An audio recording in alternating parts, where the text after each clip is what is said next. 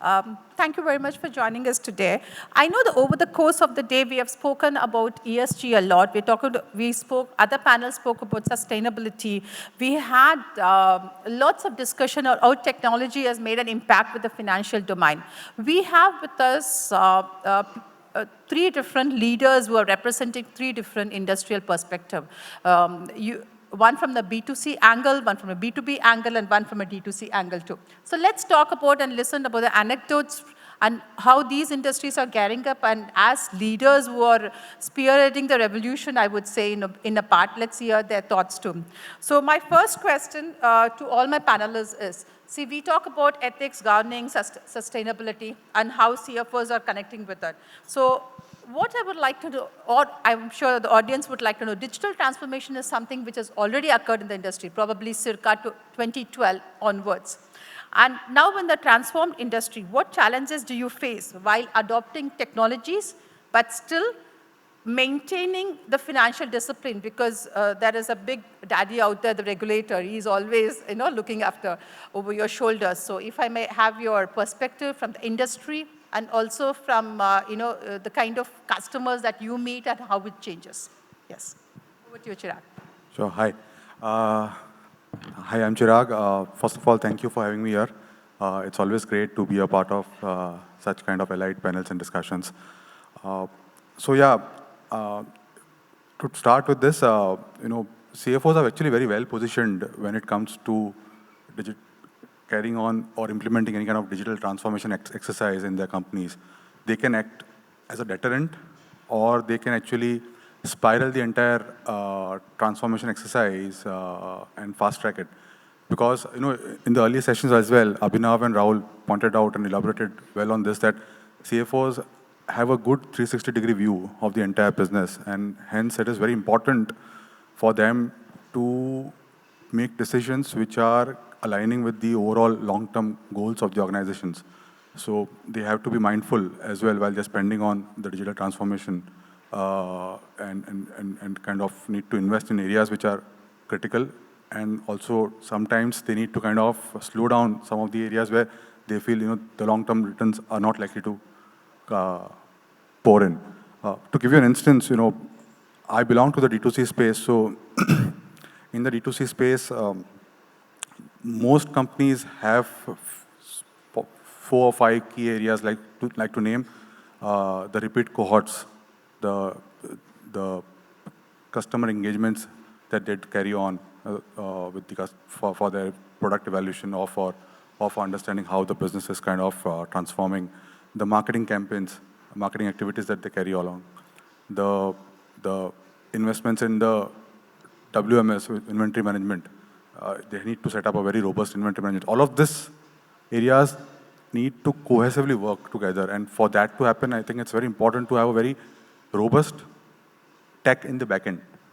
And here, I think it's very important to kind of understand what's more critical for your company. Like inventory management is going to be a very critical thing for a D2C space. So you can ill afford to kind of not spend on that and kind of just leave the business alone. Designing tools can be, you can kind of look out for third-party solutions if you're not heavily ready to invest in those things. But so CFOs essentially need to kind of do a lot of balancing act between investing in digital transformation and kind of also at the same time maintaining a financial discipline. Okay, so you take the supply chain factor into your story. That is what it is. Coming on to the study, yeah. Let me add to that. Actually, I think a CFO, and I've worked in CFOs across in industry. So I was in the banking space earlier, and now I'm in fact in the largest digitized company in India, then the stock exchange, which is a platform business. But coming back to the CFO role, I think CFO has a bird's eye view of processes across the company. So when there's a digitization, some of the people may have limited views to their own domains and functions. I think the perspective that the CFO can bring is the breadth of the organization, that a digitized process should actually benefit the organization across. The second thing, I think the CFO has a very unique view on outcomes. And activity can result in terms of an outcome, whether it's a financial or non-financial outcome. So there's where the CFO can add the role, whereas you're not digitizing for the sake of digitizing, but for the sake of driving a particular outcome. So I think that's a very powerful thing that the CFO can contribute towards. The third thing is if that, in extension of what I said on the outcomes, if the outcome is not powerful enough, then reevaluate whether the process you want to digitize is worth continuing or not. So sometimes you mindlessly digitize everything that is there without evaluating whether you should be doing that thing in the first place. Maybe instead of digitizing it, you sunset it. So I think these are three perspectives that the CFO can bring. It's a very thin line, right? A fine balance which you have to say, too digital. You're already digitized. There was once a slogan going about digitize or die, and that's how it is. Over to you, Kaleeswaran. How is it? I think, good evening, and first, thank you for having me here. It's an interesting topic. I do believe tech plus talent is equal to transformation, and that's what we're all moving towards. See, fundamentally, when we launched our Crompton 2.0 strategy, one of the underlying pillars for that is how are we going to be digitally led from an organizational perspective. As we embark, or for any other organization, it is very important to know where do you stand today. It's pretty easy to get into jargons like what can an artificial intelligence do you, what can a machine learning do to you, or what can others do. If you don't know what is a journey and where you are, there is no point in building something where the basics are weak. So probably we are doing a three-tiered approach. First is getting better at basics, which are the foundational elements on digital.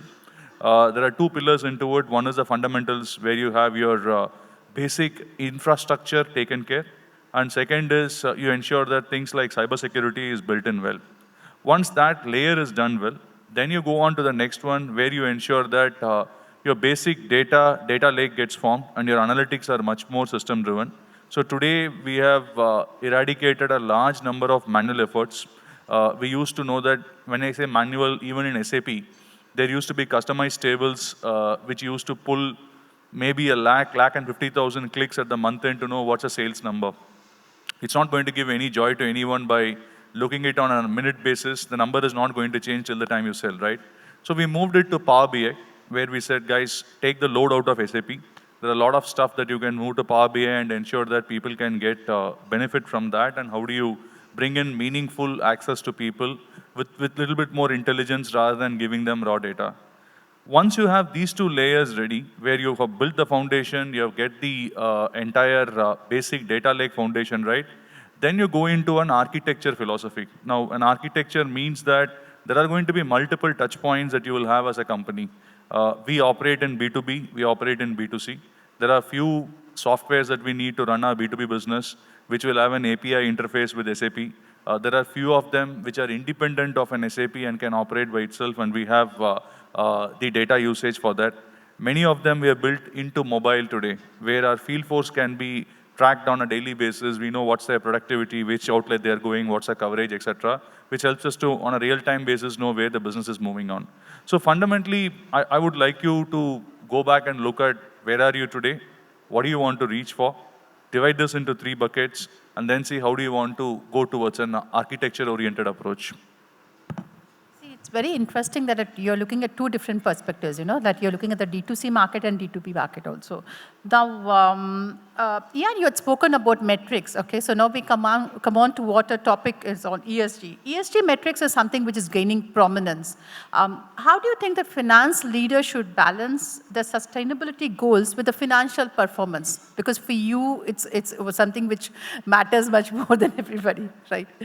Yes. So I think there is a misnomer that there's a divergence between ESG goals and financial goals. I think in every organization, if you evaluate critically, there's a lot of convergence. For example, when you talk about sustainability goals, sustainability is also about conserving of resources. For example, if you look at renewable power, renewable use of resources like water resources, and also things like digitizing. So you consume as a commercial organization a lot of newsprint and paper. So if you were actually to eliminate, for example, in the organizations I've worked on, both in the banking space and at NSE, we have a lot of paperless approvals. So that actually cuts down a lot of the waste. In terms of sustainability, we are attempting to, purchase renewable power for our data centers where possible. We are looking at also recycling of water resources. So there is a convergence between savings and sustainability.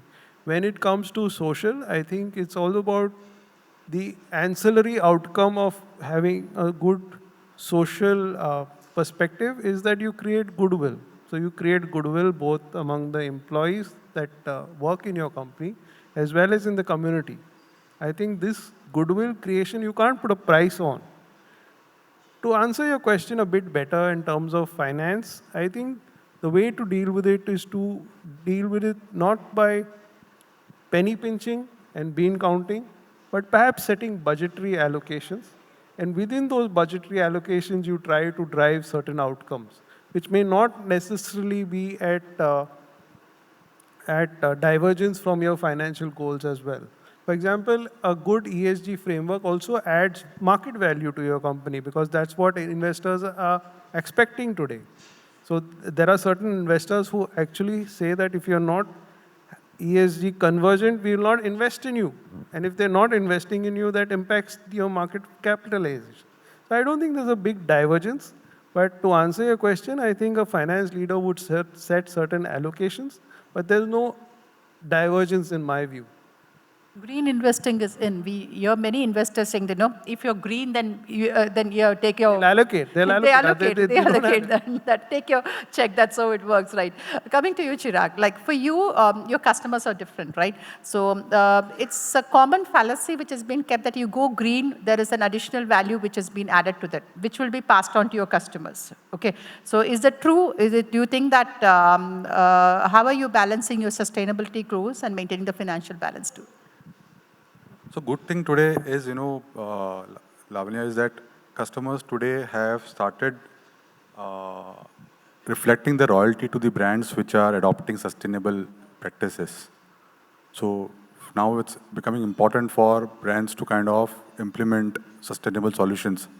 When it comes to our D2C space, especially where the large part of the business is driven online, when we kind of started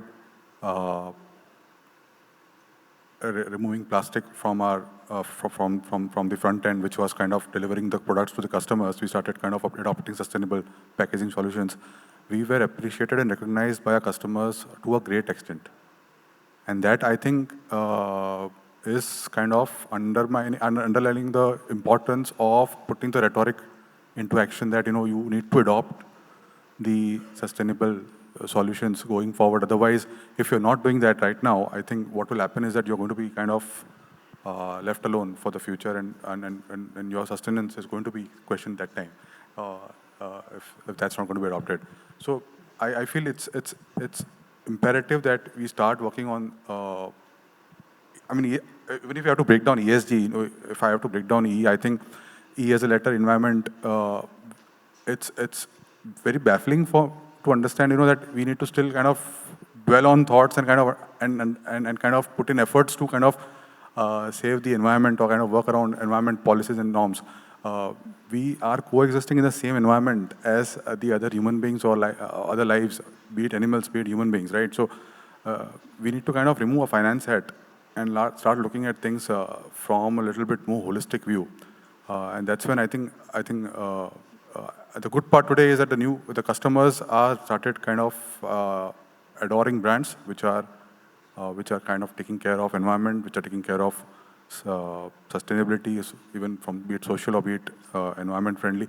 We launched, we kind of adopted an animal shelter last year, and wherein we kind of we're taking care of street dogs and cats in a specific region, and kind of we're ensuring that they are being nurtured well. And I was amazed to see the response that we got throughout our customer community, and our intent was never to kind of build in customer loyalty with that kind of an angle, but it somehow happened and kind of just gained more prominence among the customer. Oh, I read a comment about that. It was like a soul store looking after lost souls. That is what they were talking about, something of that sort. So so it's good that you're finding traction among your customers. Okay, again from the D2C variety. Among the I would say the end customer is more pro towards sustainability being built into your product. How does it translate to you? Because you are having a balance between a B2B client and also a B2B2C client. And the clients also translate, and there is heavy competition out here. How are you translating it? See, fundamentally, gone were those days where you can talk about sustainability is a good thing to have. Today, as a listed company, we know director appointments are being knocked out by the shareholders if you don't have a clear policy on ESG that is called out. So people really wanted to know as to what's your carbon footprint and what's the carbon neutrality strategy that you're having in. We are an energy-driven company. Everything that we sell consumes energy, whether it is a fan, light, a geyser, air cooler, or a cooktop, or a pressure cooker. Everything that we do has got energy in it. And we think as an organization, it's our responsibility to build in strategies that are sustainable. To do that, it starts with having an organization that is purpose-driven. I think we need to have an organizational purpose, and we have created ours, and we just launched it about few quarters back, where one of the clearly embedded, called out strategy in that is delivering responsible solutions to our consumers. It also meant that you can't leave it in a statement, you need to move it into action. For us, product development is a place where new product design happens. We ensure that sustainability is also led by our head of new product development and innovation. Therefore, right from the starting point of product design, we embed energy consumption and power saving into it. Then we also came out with a Scope 1, Scope 2. We have completed our Scope 1, Scope 2 assessment on sustainability. We understand where we stand, and we have almost reduced 40% of our Scope 2 emissions. Most important for us is Scope 3. Which as a country, not many companies have moved ahead on this, but we want to pioneer that, and we've taken a step forward. If you take a guess at it, it's not an air conditioner or a refrigerator or a television that consumes most amount of power with the country as a whole. It is a fan that consumes the most amount of power. Because an air conditioner is penetrated at 8%, whereas 90% plus of homes in India have already got a fan. So if you run a fan which is probably not energy rated, it's going to leave about 3 metric ton of power consumption over a lifetime. The regulator is coming hard. As you have seen in the air conditioner industry, today fans are rated 1 star, 2 star, 3 star, 5 star, so on and so forth. This is going to be an ongoing journey. You will see that as to every 2 years, the regulator is going to make it tight, and that is the only way we will be able to bring in carbon neutrality over a period of time, and also get out of fossil fuels that are really, really not good to the overall environment. That's on the business side. And from a finance side, we also ensure that we disclose a lot of this publicly. We have gone ahead with our integrated reporting, where not only the normal framework of integrated reporting is talked about, we have clearly called out our sustainability strategy and what are we doing about it. And then on top of it, we have also got assessed ourselves by 3 global firms, by DJSI, MSCI, and Sustainalytics. And I'm glad to share that in India today, we are probably one or two companies who have been rated as top 10 by DJSI and MSCI.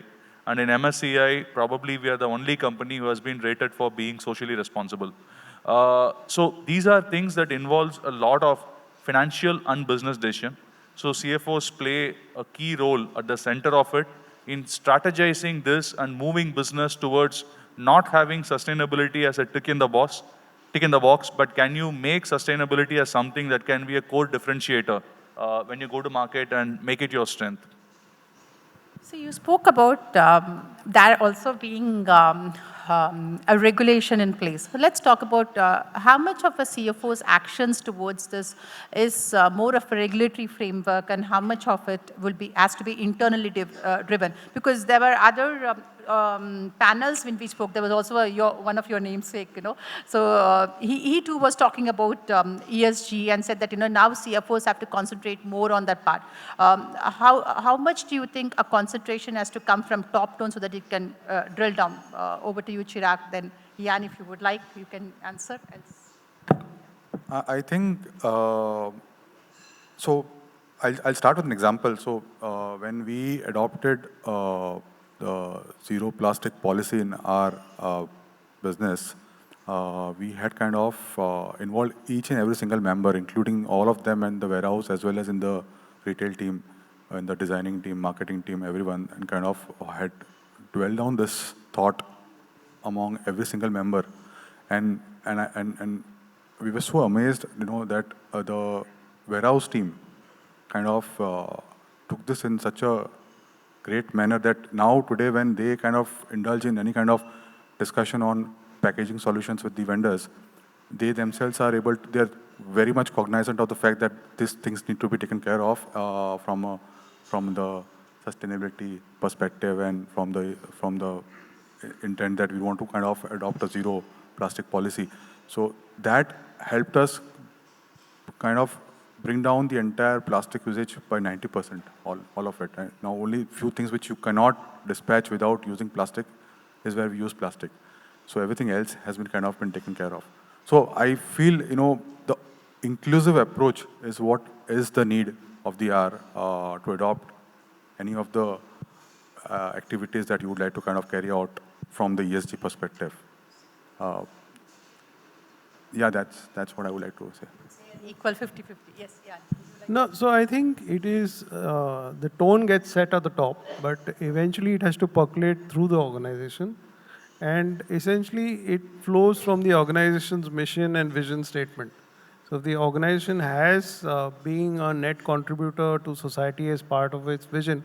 For example, when talking about NSE, it started 30 years ago, and it has played a huge part in creating capital formation and bringing financial inclusion.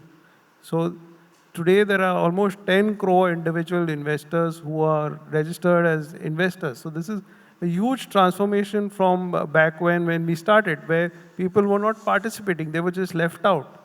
Today you have people who can contribute as much as 250 rupees towards a SIP.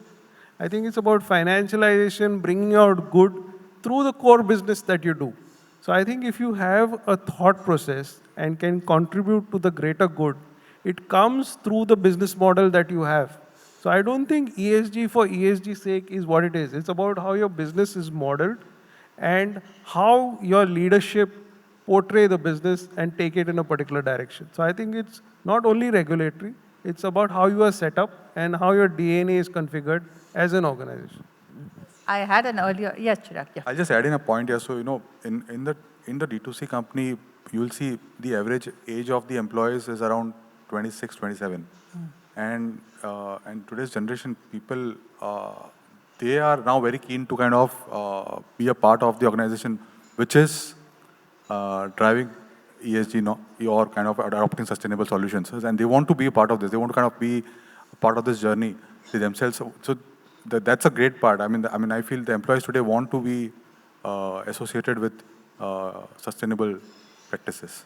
So you are telling us that Gen Z is driving sustainability. That's absolutely true. That's something, a thought. They're very mindful. I mean, gone are the days when employees would just think that I want to kind of, I'm looking at my bread and butter, not the ESG aspect. But today's generation, they're mindful of all of these things. Okay, anyway, going to give the planet to them next, our caretakers, right? Your take on it, Kaleeswaran. I think, fundamentally, responsible organizations are not going to work for a regulator to tell you what needs to be done. Eventually, you need to do good to deliver good. And that is fundamental in today's era. And you need to start from yourself, not expect regulator to tell you what needs to be done. 2-3 aspects into it. Today, if I have to even go one step before Gen Z, you have this consumer group whom we call it as Zillennials.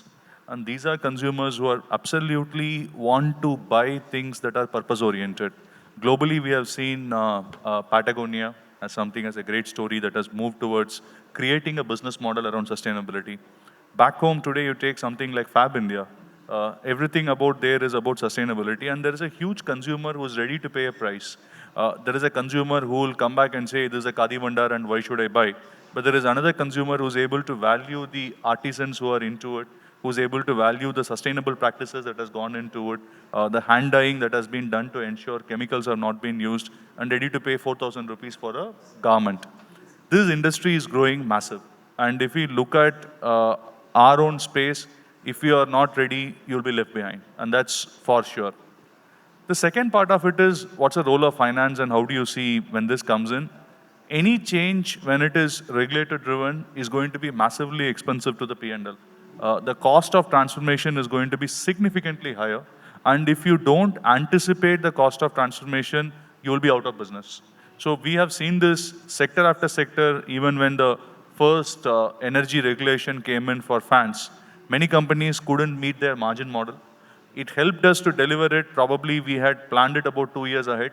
We looked at what are the cost initiatives we need to do to ensure that from a value engineering perspective, the cost can be brought down. We also thought how much of price we can command from consumer. Indian consumers are very value conscious and they are not going to take money out of the pocket the moment you go and say, hey, I'm going to save your electricity bill, right? It's not going to happen. You need to have an ability to put in a value proposition where you're able to command that premium, which is beyond sustainability. You need to also work upon what is the kind of mix that you want to manage between premium and non-premium. So a lot of work goes much, much ahead of time when you anticipate a regulatory change to come in. And CFOs have a very crucial role in ensuring that you drive that outcome and deliver that outcome. So summary, 2 parts. One, I don't think we need to wait for a regulator. Responsible companies create their own strategy of how do you deliver sustainability by embedding that into business. And from a CFO perspective, one hell of a lot of work is available to see how do you make this competitively priced and your margins are protected when you're moving towards this. From the role of a CFO, okay, he's not somebody, he or she, okay, let me be gender inclusive. See here, a CFO is not somebody who, like somebody was speaking, is a CFO is a chief, future officer. That's how. So the trends which come in, the future of your company depends on your action which you take today. So how do you go about integrating talent management, technology transformations, and again, trying to see to that it fits in with your financial, underlying P&L? How, yeah. Anyone? Yeah, yes. So I think the way to look at it is in terms of, if you look at an organization, you have various verticals, you have various departments, and each of the department is supposed to drive a particular outcome. So you need to actually drill down in terms of the organizational objective down to a vertical and department level outcome. And to achieve that outcome, you will have certain costs, certain talent, certain resources that are required. So you have to drill down your margins. For example, when talking about a bank, you have to drill down your margins right down to a product level. And if that product cannot support certain resourcing, then you may need to look at a different set of resources and achieve that margin. So it's about maintaining your margin at a granular level. I think that's what you need to do. For example, if you talk about a consumer durable company or a FMCG company, they do it at a SKU level. So the SKU is that particular stock keeping unit is not contributing a relevant margin. They look at the resourcing towards that, the components towards that, and see if they can rejig that, maintain the quality, but improve the margin. So I think that's how you need to look at it, whether it's human resources or talent or technology or any kind of driver that is helping you achieve outcomes. If the outcomes are superior, you can afford the highest cost of talent. Or you have to figure out a way where technology takes over some of the heavy lifting and you can have a more affordable talent. For example, you're seeing that in the software industry, where they needed armies of programmers. So they're trying to crunch down on that using the AI for repeatable tasks. So you need to look at actually taking out the busy work of doing your work and focusing on what's relevant. And for that, you can use probably lesser resources. And yeah, if you would like. See, I think we are one of those unique companies in India where we don't have a promoter, MNC, or a private equity. We are board-led and employee-run company. So employees are running this organization, and it's a widely held, publicly listed company. Fundamentally, therefore, tech and talent becomes the core of what we do in terms of our business. And as a framework, we use a 3A model. Whenever we assess a talent, we want to ensure that they are agile, they have ambition, and at the same point of time, the attitude is in the right direction. That ensures that you're able to build a talent that will be able to come and get into the culture of the organization, which is employee run, and at the same point of time will be able to deliver the value for long term. As you go into this path, it is extremely important to understand we are at that era, maybe post-COVID, the reason for somebody getting into an employment has changed. Today, you don't want to come into an employment just for the satisfaction of what is the money that I'm making, what is the rating that I'm getting in, and where is my career growth. There's a lot of satisfaction that is being sought for in terms of how am I getting engaged in my work. Am I able to do a meaningful work that helps me learn, unlearn, and grow? Am I able to be in an environment that fosters collaboration, that builds creativity, that also creates my individuality to bring the best out of me? That means that we are also ready to accept that the attrition levels are going to be pretty high as we look at it. Gone were those eras where you'll be happy with the 5% attrition and say that we are doing well. This is an era where attritions at about 18-20% is going to be pretty normal. So organization needs to therefore be agile. And that's when the tech side of it comes in, when it needs to be combined with talent by saying, what are those roles that you can automate it, and what are those roles that you can outsource, and what are those roles that you can eliminate.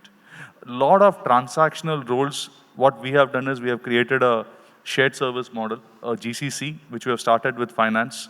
In the long term, we are planning to extend this to HR, IT, procurement, sales, etc. And therefore, the core business team is going to drive the business end-to-end, have much more meaningful day in, day out jobs. Tech is also going to be embedded in a manner that they are less intuitive but more data driven. And at the point of time, their outcomes are also much more meaningful. That's the way we see a combination of tech and talent coming together, and how is it going to go forward in future also. How does the budgets get squeezed up? Yeah, please. No, let me just continue on your question. Yeah. I think basically you will be investing in people at the apex of your business in terms of the high value, not in terms of levels, not in terms of org structure, but in terms of the apex which drives value for the business. Where you have worker bees, you'll probably be trying to automate and trying to conserve. So you could be spending a lot of your human resource budget on scale one employees.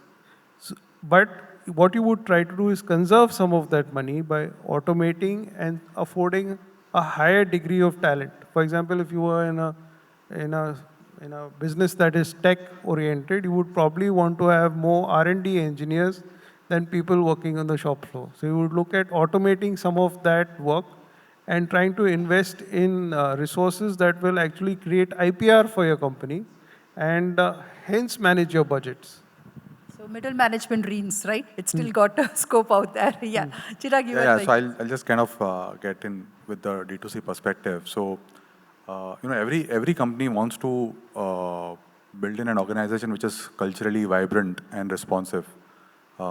Imagine for a company like ours, we have designing team, we have marketing team, we have retail team, we have warehousing team, we have CRM team. All of these people, if they are not in a cheerful mind state, it kind of brings in such a big disrepute to the organization because your entire brand is up for a toss. So one of the most important thing here, I think, is the formulation of policies. And I think finance folks also play a very critical role here. They can kind of collaborate with the HR and kind of do a collaborative formulation of the policies wherein they ensure that the employee's well-being is taken care of. Maybe could be as simple as basic health captives to ensuring that any unprecedented event like the COVID pandemic, employees' well-being is being taken care of. So that kind of helps in creating a lot of value add for the employees and kind of drives the entire brand image. Thank you. So we spoke about the hits, as as a CFO, what are your roles? How are you transferred? Can we talk about the misses? What is that? You probably took on a balance, and you took a chance, and there would have been some misses or somewhere where we would have probably allocated a budget somewhere, and it wouldn't have come. And we can call it as a mistake or something. Not a mistake in this age. It could be something attrition related, or it could be something where you have invested in probably a different kind of workforce, or it could be anything of that sort. So what are the ones which you regret or miss as a CFO? There are not many as such, but I think the COVID-19 pandemic event was a bit of an unprecedented thing for the entire world, and I think for the D2C company, what happens, or for a small size to medium sized company like of ours, the reserves are very minimal. So it's very difficult to kind of fulfill all the requirements in that particular time span when you have actually absolute zero revenues coming in. So that was our toughest phase, and we had to kind of take some hard decisions at that point of time. And I think that's something which we kind of feel that we missed out forecasting such kind of it was a calamity. It was one of 100-year events, so that you can be excused for that. Ian, would you like to go? Yes. So there are not too many things that come to mind, but I think if you look back, I think in the last 4 or 5 years, I think there's been a lot of granular focus on what are the revenue drivers, what are the cost drivers, and perhaps in the years before, this was not so a key focus area. So I think initially, say in the mid 2000s, this was not something that was very focused on. So I think it's more learning that at that time there could have been more focus, and maybe the organization we all worked for would have been far more profitable. But I think today, the CFO of today is not looking at management. He's looking at management accounting. He's looking at financial accounting. He's looking at strategy. He's looking at investor relations. He's looking at the entire gamut of his organization.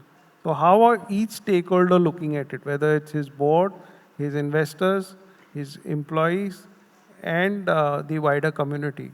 So I think that joining up the dots will help the CFO of today, which was probably not there earlier. Less taxing audience at that particular time, right? Not only less taxing, it's probably less need to be so granular, because the world we live in has become far more challenging. Maybe we didn't have those many challenges a decade ago. But probably less expectations with the market. Less expectations. That is also there. Yes. See, I think I've had enough and more failures in the journey, and I see them as super learnings that have helped me to build to what I am. And I've seen this both from businesses and from a personal learning.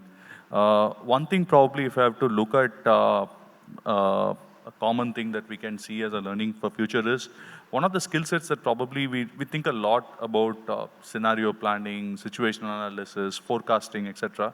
But anticipation of consequences is something that I have seen time and again we don't look at it.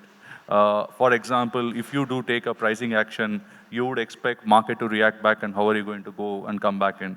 If there is going to be a supply chain calamity that is going to happen, there is going to be a cost increase, and therefore what are you going to do with the inventory? So many a times for me, it's about building in anticipation. I always link this back to a fantastic cricket analogy where I see MS Dhoni doing this. If you look at the 2008 World Cup, nobody thought a match will be decided when it is a tie by having a bowl-out, where somebody has to hit the stumps. This guy anticipated even before the match and said, fast bowlers can't do it, spinners can't do it. You have to get guys like Robin Uthappa to bowl, and they'll hit the stumps. And that's how we won the match against Pakistan on a super over in the league match. So skill set is anticipation. So that's what I would leave on table for people to take away as, if you start anticipating as to what can go wrong and what are the consequences of the action that you take, I think things can get better.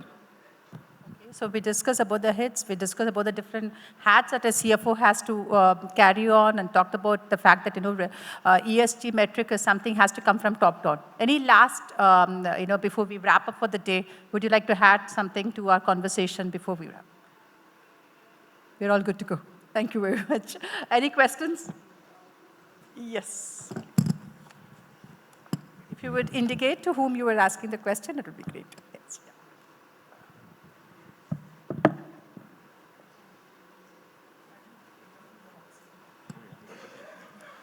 So basically, this is Akhil from Tata.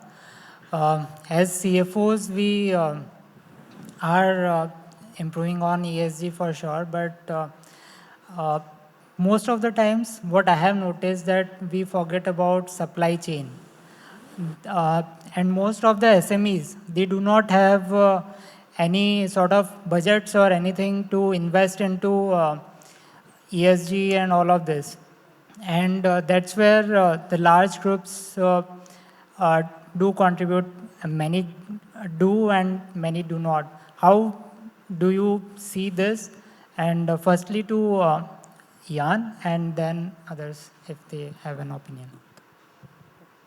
So actually, this is something at NSE that we are actually very conscious of. We are working with all our supply chain vendors to ensure, first of all, their social obligations are being met. So I think that's incumbent on all of us as CFOs to ensure at least the minimum social obligations of those organizations are met, at least towards their employees.